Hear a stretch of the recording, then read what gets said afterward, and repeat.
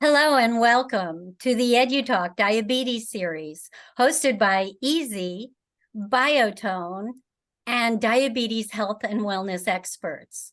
With the daily challenges of diabetes and interest in health and wellness strategies, the EduTalk Diabetes Series supports building your wellness community by connecting you with diabetes health experts who share their knowledge and expertise on topics of concern to provide you the tools and resources to support and manage a healthy diabetic lifestyle.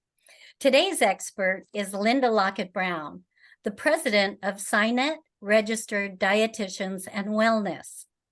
Her eDSMEs Diabetes Education Program is nationally accredited and can be completed online, by phone, or in person. Linda's approach empowers people with diabetes to master the 7 key behaviors. She's been featured on TV, radio, and podcasts, sharing nutritional information for your health and well-being. Let's listen and learn as Linda discusses don't let diabetes define your holidays. Food, as you can imagine, at holiday gatherings is a challenge for people with diabetes. They have 3 choices. Basically, stay home, miss the fun, eat what they want, and risk ending up in the hospital, or they can learn how to manage holiday gatherings, foods, and events so that they can still eat and actually have a good time.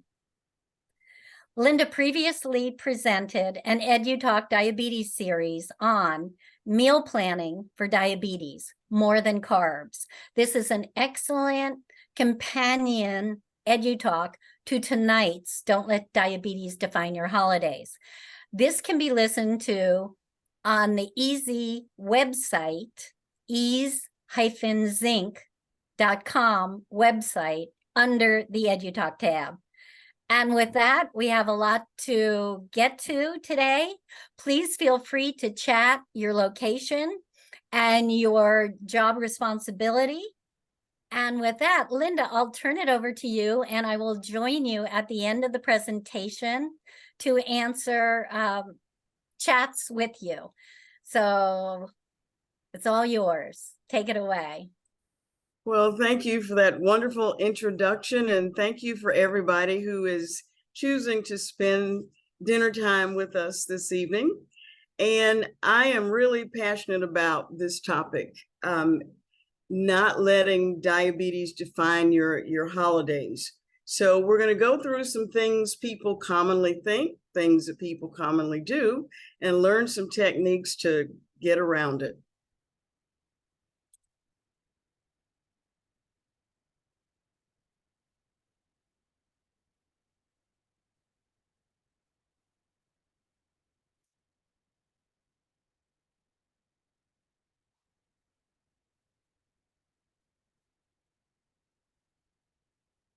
In 2021, the American Diabetes Association did a survey. And what the survey said is that holidays in general place extra stress on people that are managing type 2 diabetes. Now, that's probably not a surprise to anybody on the podcast. And so I like to take a positive approach. So we're going to talk about how to conquer the holidays. And so how do you do that? The first way is you take control of the kitchen. You prepare yourself rather than just kind of letting the holidays happen. You actually prepare yourself. If you're traveling, we're going to talk about some travel tips. And if you've flown on a plane lately, what they give you is all carbs. And we're going to talk about creating some new healthy traditions, and because most of us follow the traditions that we had when we grew up. And so the next way to conquer the holidays is to make your home a safe zone And then last, but certainly not least, we're going to talk about being mindful. So let's start with taking control of the kitchen. Just what does that mean anyway? One of the best things you can do is to make food from scratch. If you've ever looked at the calorie and the carb content of pies, say a pie that you would buy from the freezer department in a grocery store, there's 100 to 300 calories difference. There's a big difference from if you make that same pie, you make it yourself. So you want to make foods from scratch, because one of the things that you have in your handout is if you make foods from scratch, there are some substitutions you can make to reduce the total calories, reduce the carbs, and reduce the amount of fat and sodium in the recipe. The second thing you can do when you're taking control of your kitchen is to actually make diabetic friendly recipes. And I like to caution people about this, because the expectation is sometimes if you make a diabetic friendly recipe that it's going to taste like what you grew up with. Well, that's probably an unreasonable expectation. However, just because it doesn't taste like what your mother's tasted like, it doesn't mean that it's unacceptable. Now, the third one is one that I really like, and I actually do this a lot, is if I'm going to an event, I will take my own food with me. Or if it's a potluck, I'm going to take the foods that I want to eat to the potluck, and that way I know I'm covered. And then last but not least is to avoid processed foods. One of the things that I learned how to do when I was getting my bachelor's degree in food science, we learned how to process foods to adjust the flavor and the smell and the texture of the foods to make you eat yourself into oblivion. There is a huge science behind that. So if you don't eat processed foods, one, it's easier to control the amount of food that you eat if you're cooking it yourself. And two, processed foods raise blood sugar much faster than foods that you would cook at home. So now let's talk about preparation before your next event. Let's say you decided that you were going to run a half marathon or walk a half marathon. You're not going to go do that half marathon without some preparation in advance. So let's talk about how you're going to prepare for these holiday events.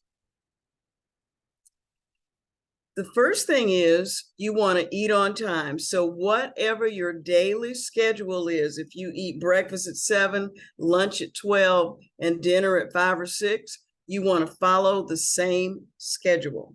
Now, I've had my clients say to me, well, I know I'm going to go to a restaurant tonight, so I'm not going to eat all day. I'm just going to save up my calories. Well, if you do that, your blood sugar is going to be really high because you are eating more food at that one event than you would normally eat. Another thing you can do to prepare is, whether it's at a restaurant, at a banquet, at a friend's house, find out what they are serving.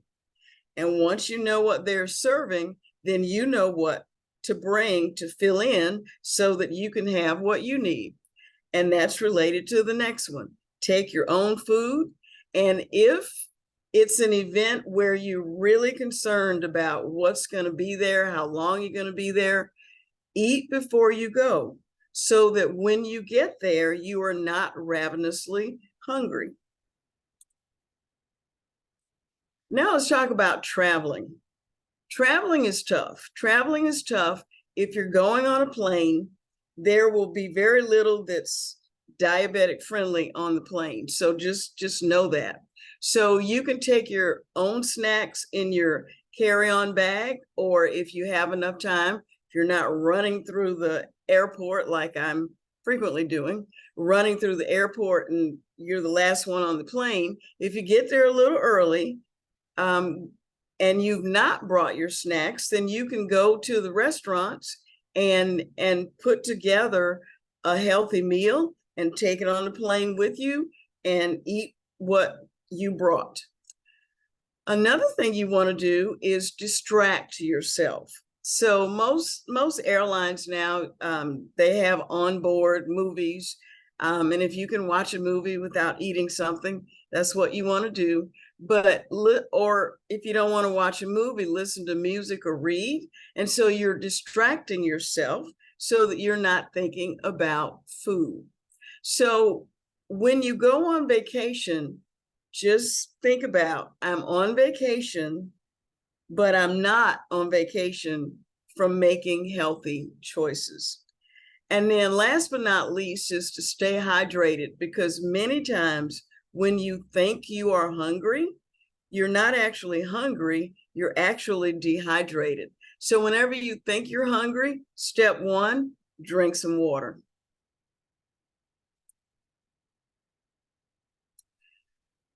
This next idea about how to create new holiday traditions, you know, I think about some of my relatives, and when they do holiday meals, there's a whole table with desserts, there's a whole table with meat, there are a few options for vegetables. But if you think about what your traditions were when you grew up, it's time to question those traditions.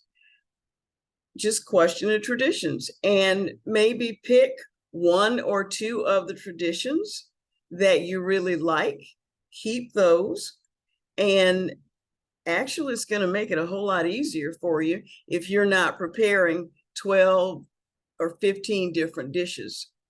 One thing that my diabetic mother taught me was, I am here too. I made the mistake of, I would fix one dessert for the rest of the family, and she had her own special dessert. Well, she didn't see it as a special dessert. Her question was, why can't I have what you're eating? So what did I learn from that? Is the diabetic friendly dessert is what we all ate. So when you're planning your meal, rather than focusing on the desserts or focusing on the meats, focus on the vegetables. So you want to make dishes with fewer sauces, because when you're adding sauces or when you're making a casserole, you are adding calories, you're adding carbs, you're adding fat. And the next tradition is, instead of sitting down watching the football game, I know some of your family members are going to watch the football game no matter what, but plan some active games. So actually make that a new tradition, that you plan some active games. I have a really good friend. They have about 40 people over for their holiday meals, and it'll either be Thanksgiving or Christmas. And after the meal, you will see the entire family walking down the street. So that is a part of their tradition, that after they have the meal and they put the food up, they actually go for a walk. So now let's talk about how to make your home a safe space.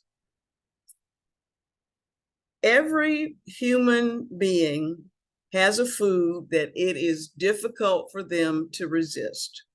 You know what yours is, whatever it is. If it can raise your blood sugar, then don't even have it in the house. I have a lot of my clients say, well, I don't really have it for me, I have it for the grandkids. Well, if you're looking at type 2 diabetes, there is a genetic component. So it means that if your grandchildren are genetically related to you, they're at risk for type 2 diabetes too. So if it's something that you shouldn't have, don't have it in the house. They don't need it either. The next one is to get enough sleep. It is difficult to make good decisions when you are sleepy. And some people tend to want to eat sugary things when they're sleepy, because your body's trying to get energy because you're sleepy. So this is closely related to the next one, and that is to control your stress levels, because it's normal that when you're stressed out, you want to eat some comfort food, and everybody's comfort food is different. So one of the best ways to control your stress level is to learn something from a 2-year-old. So if you think about what is the one word that 2-year-olds love, that word is N-O, no. So one of the ways that you can control your stress levels is to decide what you're going to do, what you're not going to do. And if someone wants to try to force you to eat something, try to force you to cook something that you don't need to cook, be a 2-year-old. The answer is no.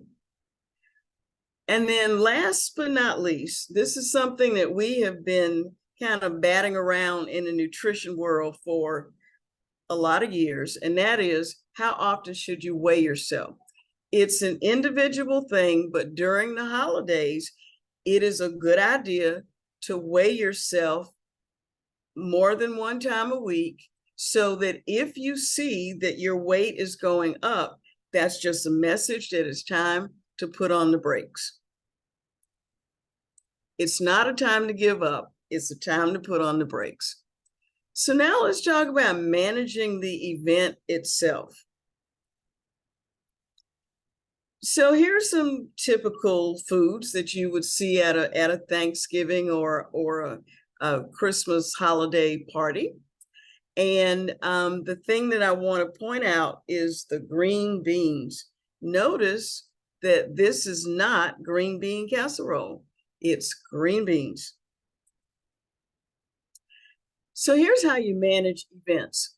Now, I don't know if your friends are like my friends, but if you are at a function and you're walking around with absolutely nothing in your hand, there will be people that will say, "What are you doing? Are you on a diet? Are you trying to cut back?" You want to know what the real answer to that question is? The real answer to the question is, it is none of your business. I am choosing what I want to do. So this is, I call it the glass trick. This is one way to keep people from asking you about what you're doing when you're at an event and you are controlling what you are putting in your mouth. You get a glass of water, and if everybody else is drinking alcohol and there's like cherries or lemon wedges or lime wedges, you hang a lemon wedge, lime wedge, put a cherry in the water, and you walk around with the glass and you just sip on it. That way, you don't look any different from anybody else. So how many calories in this glass of water? 0. How many carbs in this glass of water? 0. But you can walk around with it, and it lessens the number of questions that you'll be asked. So another thing is to take your own food. So we've mentioned that several times. Take your own food. I have been just amazed at that, because I go to a lot of functions, and I have a lot of friends that are diabetic, and so I take things that I call that they're diabetic friendly, and I'll put a little flag on it, so everybody knows the little flag. Linda Brown did it, but they also know that it's diabetic friendly. I am amazed at how quickly those dishes go. They get eaten first. They get eaten first. So take your own food. The next thing is to use a small plate.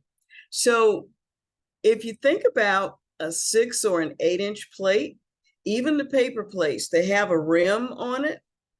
So you're not going to put your food on the plate all the way out to the rim. Put your food in the middle so that the rim does not have food on it. And you can save about 200 calories just by putting food in the middle and not on the rim. The next thing is portion size.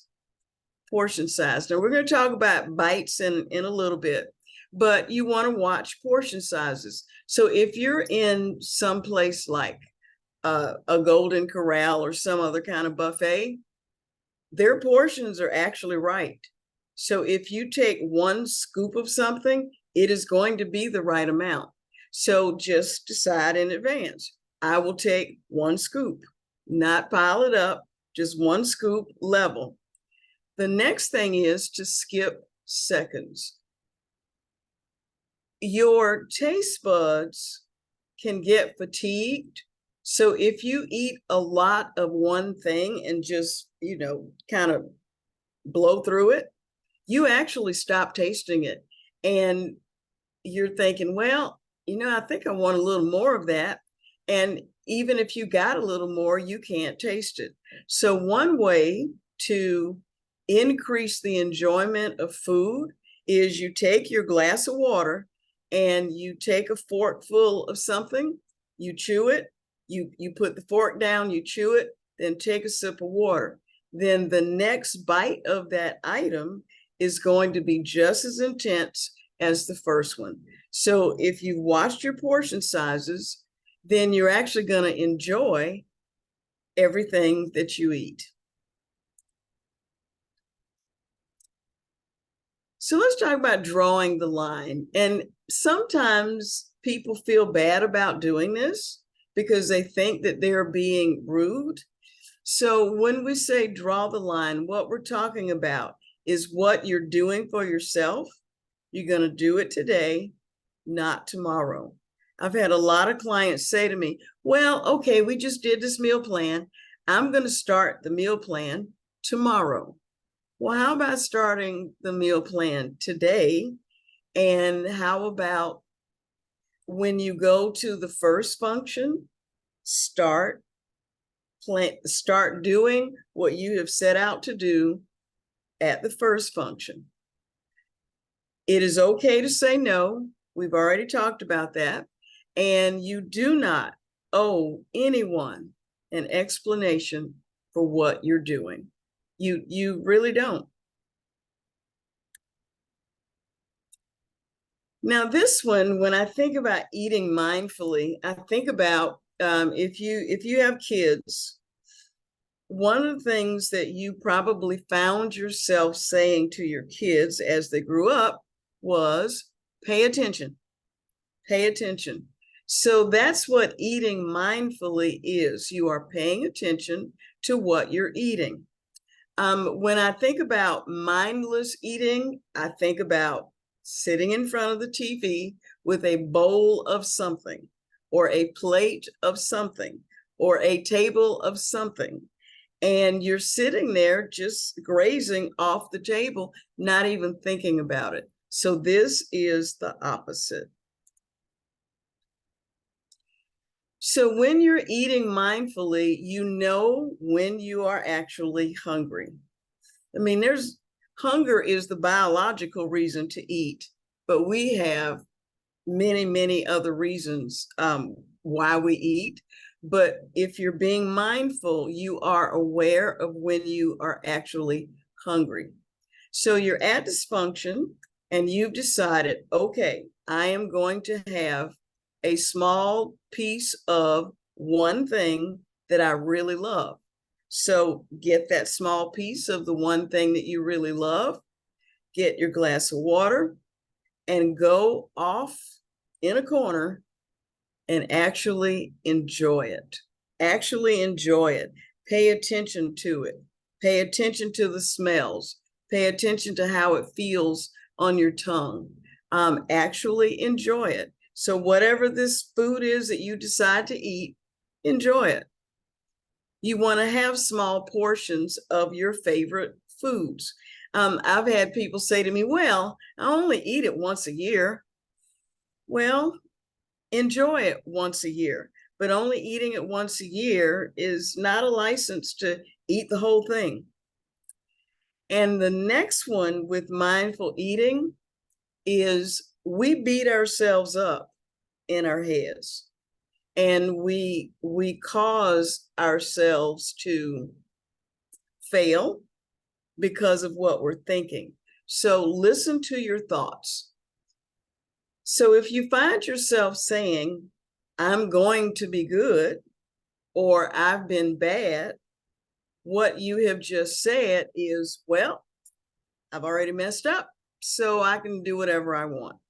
Well, I really try to get my clients not to use the words good and bad, because you think about, I'm going to be good, I've been bad. There is so much emotion in those terms, and the emotions are powerful and they can have long-lasting effects. So you want to be aware of that if you have those kinds of thoughts. The next one is, I already messed up, and so you can fill in the rest. I already messed up, so I'll just go ahead and eat what I want.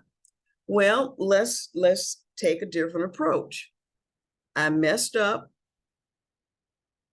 Let's start again. But you're not going to wait till tomorrow.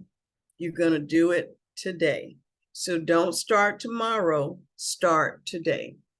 And so if I wanted to summarize mindful eating and basically giving yourself forgiveness, see, we forgive other folks, but we don't want to forgive ourselves. And so the thing you want to say to yourself is, okay, I slipped up. A slip is not a failure. So you slipped up, you're mindfully aware of it.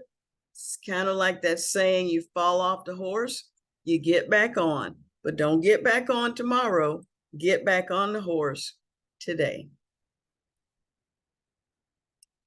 So now we're going to do a little exercise. We're going to look at some holiday meals, and these are some typical things that people eat during the holidays. So here's a typical meal. I actually had a hard time finding a picture of a plate with turkey on it or a piece of turkey. There were like lots of pieces of turkey. So we're just going to say this is someone's holiday meal. So you look at this plate and you think, well, that doesn't look too bad. Well, let's see. If we count the carbs on the plate, we're going to start from the left and go around to the right. So we have the cornbread, and it is a small piece, so that would be 1 carb. We have the sweet potato souffle. That's really concentrated, so that's 2 carbs. Then we have some white potatoes. That's another carb. Then we have the stuffing, and I gave the stuffing 2 carbs because if you notice, there's some on the right, and then there's some kind of under the green beans, and some kind of under the other little slice of sweet potato. The little slice of sweet potato, a half a carb, and then the piece of cranberry sauce, another carb.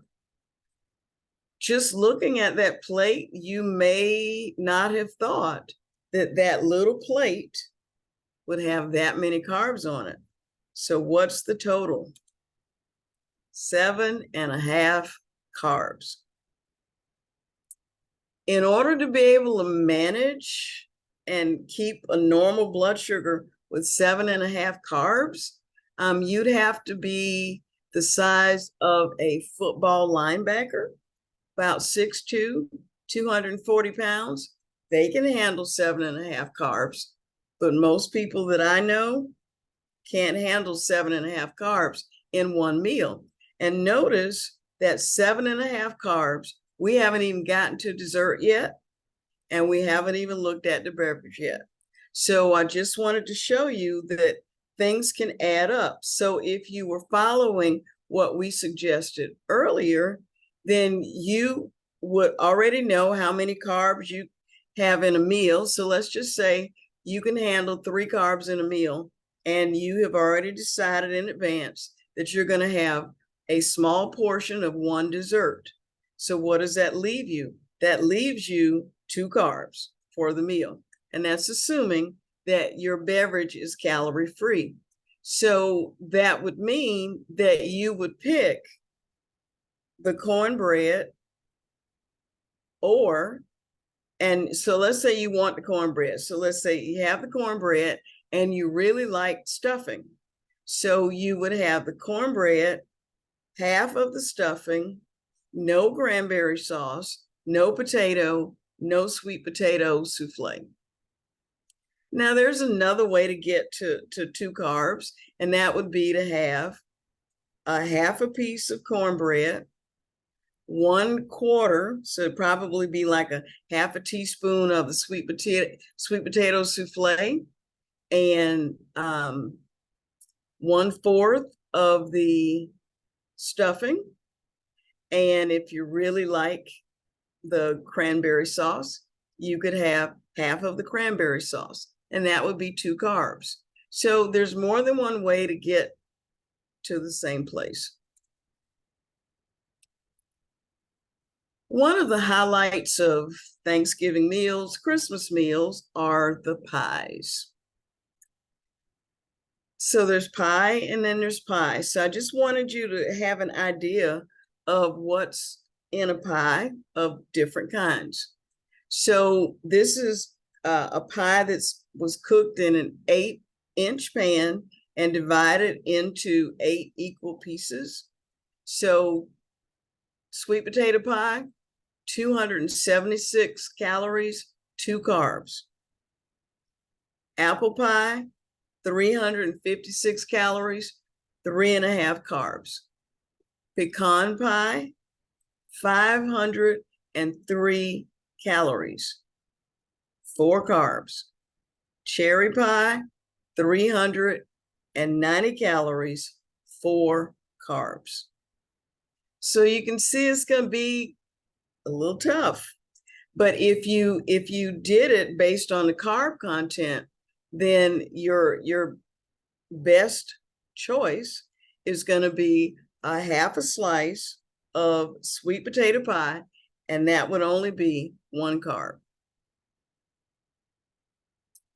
Now, we talked earlier about, just having bites of things, and look at this spread, and we have little round things. I'm not even sure what they are.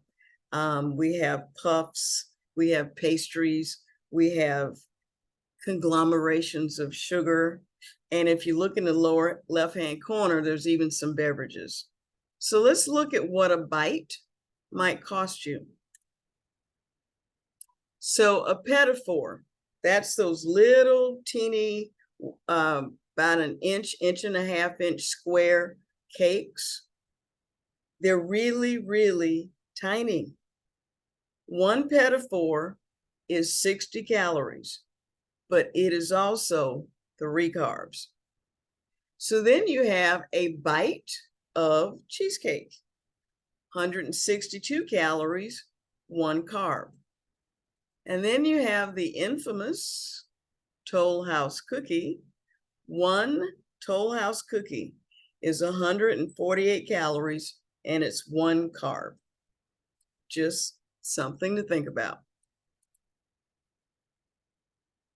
So you've probably seen a lot, even on the dietary guidelines, they say, don't drink your calories. Well, that is a good thing to not do. Let's look at this eggnog. So 4 ounces of eggnog is 220 calories, 1.5 carbs. Hot apple cider, and this is 8 ounces, 120 calories, 2 carbs. So a very simple thing you could do with the hot apple cider is, instead of drinking 8 ounces, drink 4 ounces. So 4 ounces of hot apple cider would be 60 calories and only 1 carb. So that would be a very nice alternative. Then we have the famous Southern sweet tea, 12 ounces, 135 calories, 2 carbs. And that's if you make the tea at home. If you buy that same size tea from a fast food restaurant, the calories are almost double. And then we have hot chocolate. And everybody likes hot chocolate. 8 ounces, 192 calories, and 2 carbs. So if you did 4 ounces of hot chocolate, half the calories and only 1 carb. So we'll talk about alcohol. I have access to a website where there are over 1 million different pictures, videos, all kinds of things on there. And I Googled holiday dinner, and there were about 12,000 pictures. I didn't look at all 12,000, but I will say the first couple of hundred that I looked at, every single one of them had people drinking alcohol. So let's talk about alcohol and diabetes. When you drink alcohol, even if it's just a little bit, the first thing that goes is your judgment. So everything that we've talked about tonight, really, in order for you to do it, your brain has to be totally engaged because it requires a lot of thought and a lot of effort. So if you throw alcohol in the mix, it's going to be hard to manage. But from a blood sugar standpoint, alcohol actually lowers blood sugar. And the reason why that happens is because alcohol is so toxic that your liver stops everything. So when your liver comes in contact with alcohol, it stops everything that it's doing and focuses on processing the alcohol to get it out of your system. So if you are drinking something like wine, your blood sugar will probably go down. If you're drinking like hard liquor, your blood sugar will go down. If you're drinking a mixed drink where you have hard liquor plus something that a mixer that has sugar in it, mixed effects on blood sugar. There's a larger problem, though. There's a larger problem, and the larger problem is this. Most people diagnosed with diabetes are on 1 or more medications. Pretty much across the board, alcohol interferes with medications. I'd said earlier that alcohol, basically, your liver starts focusing on the alcohol. If you have medications in your system, the levels of your medications may go up or they may go down, just depending on whether the medication is processed in the liver or in the kidneys. But the bottom line is, if you want to drink alcohol, you need to have a serious conversation with your doctor and with your pharmacist to find out if it's even safe for you to do that. And I look at this picture here. This is too much. Even if you were talking about wine, that's more than 4 ounces. A serving is 4 ounces. This is way more than 4 ounces. And so we, as Americans, focus on food for holidays. But that's really not what holidays should be about. Holidays should be about the people, So I really like this gentleman on the left. I like his plate. See, he has small amounts of everything and it's right in the middle. And so for holidays, you want to focus on the people because that's what holidays are really about. It's not about the stuff that you buy. It's not about, hopefully, not about how many dishes you cook. It's about the people. So I want to let you know what's in the handout. I have a list, 25 ways to get through the holidays. So 25 ways, you go through that list, you pick out what applies to you, and you go for it. I have some instructions on how to take your favorite recipes and modify them to make them diabetic friendly. And so what I mean by diabetic friendly is with less sugar, more fiber, less fat, less salt. So that's diabetic friendly. And then I actually gave you some recipes. And the last thing in the handout is a contract. And this is a contract for you to make with yourself. So you fill it out and you can either put it on your refrigerator, you can give it to people that are in your support system, or you can put it in your purse, put it in your pocket. But this is a contract that you're going to make with yourself. So let's see what the contract says. The contract says, I know that it is possible to enjoy the wonderful food this holiday and keep my blood sugar stable. Today, I make a promise to myself to make healthy food choices on Thanksgiving, and you can put Christmas too. I will balance my plate and fill it with the recommended portions of proteins, grains, and vegetables. I will limit the sweets and desserts that I eat. I will avoid snacking between meals. If I drink, I will do so in moderation. I will pick something active to do after my holiday meal. And I will check my blood sugar throughout the day to make sure that I am within my target ranges. I promise to enjoy this holiday, give thanks for my health, happiness, and the love of my friends and family. So you actually have a copy of that contract in your handout. So from Cinet Registered Dietitians and Wellness, we want to wish you and your family a happy, healthy holiday. We're going to have one. We've already decided. So are there any questions? Yes, excellent presentation, Linda. Thank you. And please feel free to chat questions, which Linda will answer. I would like to again mention the previous edu talk that Linda presented on meal planning for diabetes more than carbs. Because for those of us who do not have diabetes, we don't really give a lot of thought. I mean, we haven't had the issues that diabetics have had.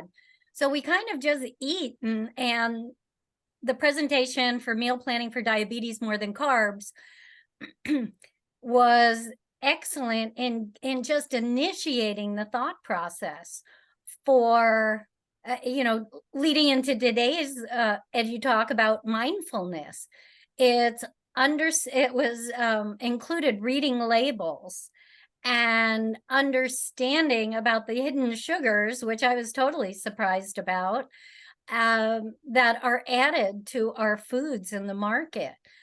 You've really presented some great ideas here for ways that not only diabetics, but anyone in general that's concerned about their health and well-being can be putting these simple, what should I say, guidelines into everyday practice. And I'm not sure if anyone has any questions for Linda that we still have time to answer. We have had one response that this was an excellent presentation. I thought it was also an excellent point that you brought up the medication tie-in with alcohol, because I think you can get into a joyous holiday celebration mindset and, okay, I'll have a glass of champagne, or okay, I'll have a glass of wine, or ooh, an after dinner drink, of course. And you don't really think of the chaos it's going to create in your body. So most people after a big holiday meal, I think I've seen years of people laying on the couch and not actively out there. Susan said, excellent presentation. I'm open to recipes. So thanks for sharing some holiday recipes. The handout tomorrow will be included in the follow-up email that has a recording link, Linda's contact information, and also a link to her past EduTalk. Elena is saying, thank you. This will be good for future notes for my class. So thank you, Linda, for sharing this information. And any last questions or comments that anyone would like to make for Linda? She'll be back visiting us again with an EduTalk in 2024. So continue to watch your in-basket for next year's schedule. We'll start it in January on the 16th. And please join us for that. It will be Dorothea Atkins, self-massage, a new self-management approach to diabetes. And then in February, we have Wendy White, massage considerations for your diabetic clients. And I'm seeing a lot of thank yous come in. Great presentation, learned a lot. Meryl, are we able to see the presentation that Donnell is now describing? Tomorrow, Meryl, it will be in the follow-up email that will be sent out with this recording, so you can reference that and rewatch the presentation. Thank you so much, everyone, for joining us. Thank you, Linda, for sharing such important information with us that is really very simple. And the whole mindful aspect of it, the way we approach food. And I can be guilty of, and I did this on Saturday. Oh, I'm going to this great restaurant. And, you know, I had breakfast, but I skipped lunch so I wouldn't be full and could make sure I could eat everything I wanted, which I am guilty of this. So thank you for making me mindful at this time of year as we approach the holidays. Everyone take care. Let me just make sure I got all the chat questions. Thank you on behalf of Biotone and Easy, Linda. And a comment on the upcoming January speaker. She's very good. So please watch your inbox tomorrow for the follow-up, for the recording, for Linda's contact, and information on the 2024 EduTalks. I'll miss you till your next talk, Linda. Thank you so much for sharing. And one more comment. Restaurant equals doggy bag, food for later instead of all at once. Great idea. So cut those portion sizes in half. Be mindful of the carbs. Yeah. And I guess if I had eaten lunch, I wouldn't have been that hungry when I got to the restaurant. So got it. Thank you so much. Thank you, everyone, for joining us. And next week, we are having a massage EduTalk with Elise DeFalco, and it will be lymphatic drainage pre and post-op. So join us again. Thank you, everyone. Have a wonderful holiday. Linda, every mouthful, I'll be thinking of you. Take care. Bye. Bye-bye. Be safe, everyone.